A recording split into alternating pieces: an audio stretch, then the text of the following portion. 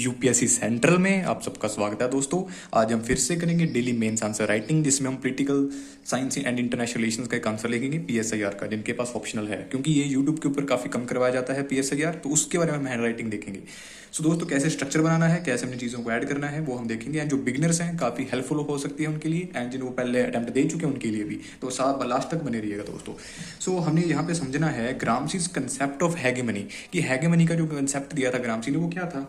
तो हम शुरू करते हैं इसको, एंड आप भी साथ में लिख के जरूर देखिएगा घर पे प्रैक्टिस करके, क्योंकि तभी आपको क्लास देखने का फायदा होगा, अदरवाइज सिर्फ क्लास देखने से फायदा नहीं होगा, आंसर राइट लिख के देखनी है। सो ग्रामसी एंड 10 मार्क का क्वेश्चन है, तो हमने 7-8 मिनट में कंप्लीट कर देना है इसको। सो ग्रामसी बल्कि यहाँ पे आपको मैं समझाऊंगा साथ साथ, तो थोड़ा टाइम लग सकता है, मैं आपकी बात कर रहा हूँ, अपने घर पे लिखना है ये। सो न्यू मार्क्सिस्ट थिंकर थे वो, new Marxist thinker argued that the ruling class maintains its dominance not mainly through coercion but by securing the concept of the ruled. So this ideological leadership is called hegemony. मतलब कि ग्रामसी एक new Marxist thinker थे, उन्होंने argue किया था कि जो ruling class है वो अपने डोमिनेंस को मेंटेन सिर्फ क्वेश्चन की वजह से नहीं करती, ठीक है, कैसे जोर आजमाइश करके, बट वो सिक्योर कर रही है इसको कंसेप्ट ऑफ रूल्ड, क्योंकि उनका जो रूलिंग क्लास का कंसेप्ट है वो अपना जमा के रखते हैं ना, वो कि हमसे ऊपर ऐसा कोई नहीं है, तो वो ग्रामसी ने बताने की यहाँ पे कोशिश की थी। So this ideology is called hegemony. So अब हम इसका मीनिंग लिखेंगे। Meaning,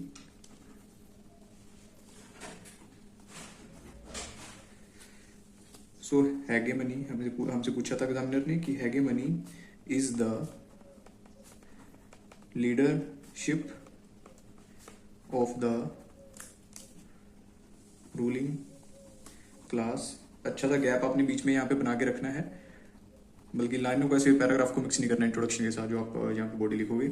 so through which it's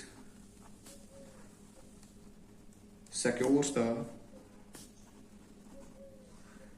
voluntary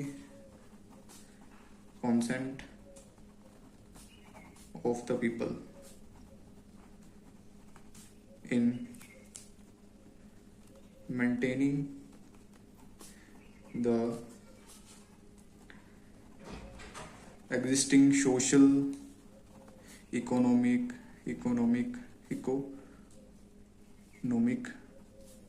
and political order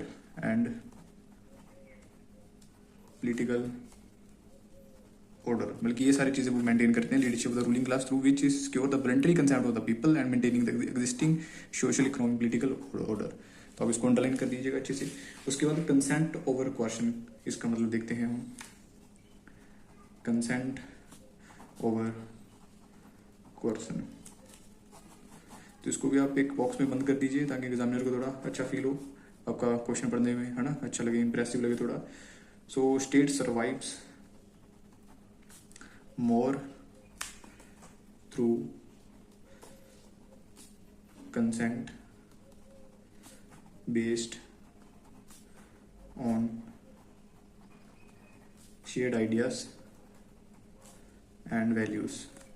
मतलब कि जो आइडियाज शेयर किए जाते हैं, वैल्यू शेयर की जाती हैं, उसके ऊपर ज़्यादा स्टेट होता है, उसके ऊपर टिका होता है, rather than through फोर्स, कि धक्के के साथ नहीं स्टेट अपनी कंसेंट को देता। अगर स्टेट को आइडियाज अच्छे मिल रहे हैं बेसिकली, ठीक है, वैल्यूज शेयर हो रही हैं, उसके साथ स्टेट हमारे साथ रहता है, तो survive more than shared ideas and values, ठीक है, rather than फोर्स। या फिर लिख सकते हो यहाँ पे हम रिप्रेशन। और नेक्स्ट हम पॉइंट बना सकते हैं सिविल सोसाइटी के ऊपर, like role of civil society.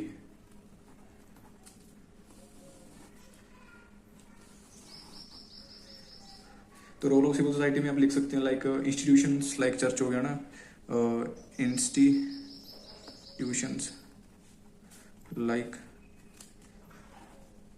Church, school हो गया, स्कूल, मीडिया, फैमिली, कल्चर, तो ये सारी चीज़ें होगी, लिटरेचर होगा एक्सेट्रा, वहाँ से स्प्रेड होती हैं चीज़ें, ideas spread the ideology of dominant class,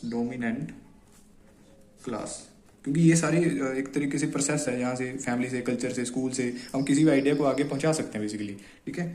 तो ये हमारे वो बीच वाले माध्यम हो गए एक तरीके से। एंड इसमें हम और क्या लिख सकते हैं, and dominant class and shape class and shape, ठीक है, इससे शेप बन जाती है सोसाइटी की। तो इसको हम लिख सकते हैं common sense. So their way manufacturing consent है, इसको हम कह सकते हैं। उसके बाद हम ट्रेडिशनल इंटेलेक्चुअल्स लिख सकते हैं, ट्रेडिशनल इंटेलेक्चुअल, ये पॉइंट हमारा इसका बन सकता है। और इसमें हम लिखेंगे लाइक टीचर्स हो गए, प्रीस्ट हो गए, जर्नलिस्ट हो गए ना, टीचर्स, प्रीस्ट, हमारे जो चर्च में होते हैं प्रीस्ट, जर्नलिस्ट, अभी दिख रहा होगा आपको,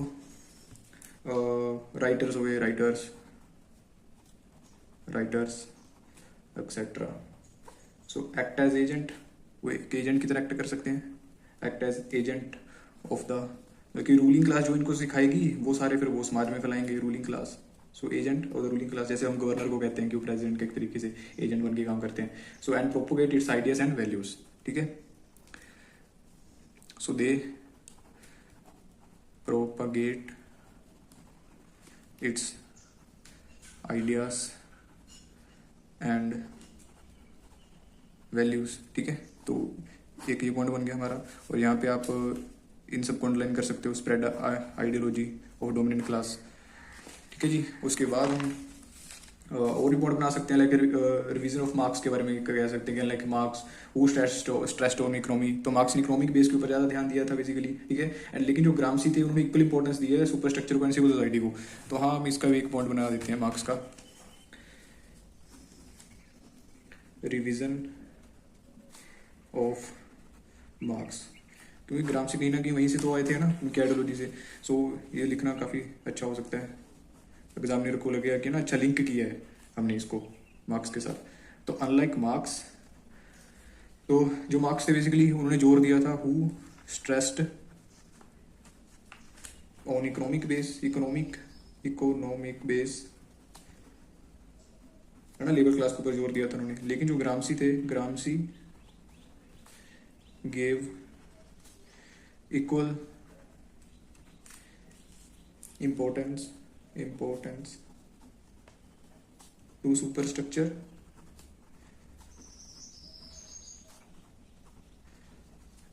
and civil society,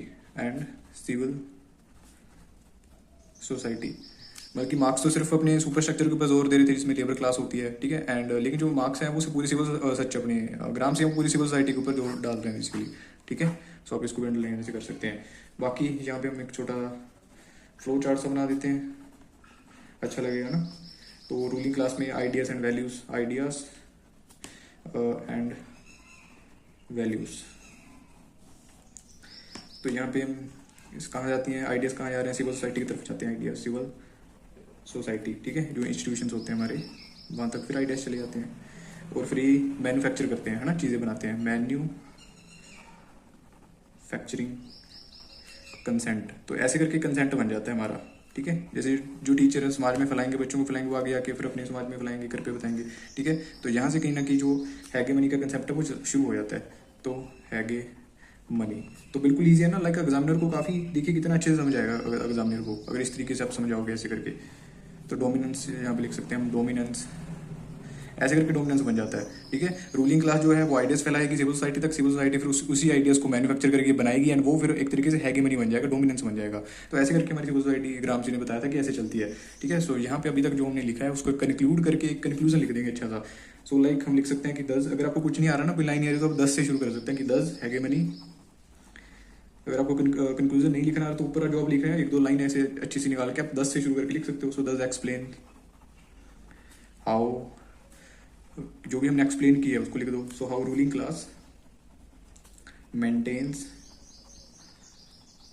पावर कि कैसे रूलिंग क्लास पावर को मेंटेन कर रही है, ठीक है, सिर्फ फोर्स के द्वारा नहीं कर रही, धक्के के द्वारा कि धक्के से पावर बना रही है अपनी, जैसे अंग्रेज बनाया करते थे, but by winning the consent. वो कंसेंट जीत रहे हैं लोगों का, जैसे वो समाज बनाना चाहते हैं ऐसे बना रहे हैं। इसको अंडरलाइन कर दो, अच्छी लाइन है, winning the consent of masses, भीड़ का कंसेंट ले रहे हैं वो, है ना, थ्रू, कैसे ले रहे हैं, थ्रू आइडियोलॉजी, आइडियोलॉजी को अपने काबू में कर रहे हैं वो बेसिकली।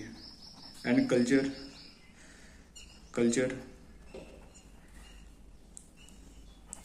कल्चरल लीडरशिप,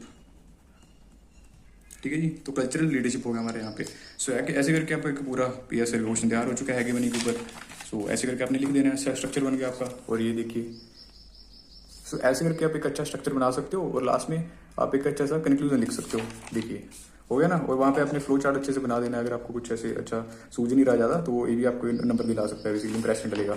सो शुक्रिया दोस्तों यहाँ तक बने रहने के लिए। और अगर आपको अच्छा लगा तो लाइक सब्सक्राइब कर सकते हो, अगर नहीं अच्छा लगा तो इंप्रूवमेंट के सजेशन दे सकते हो दोस्तों। शुक्रिया।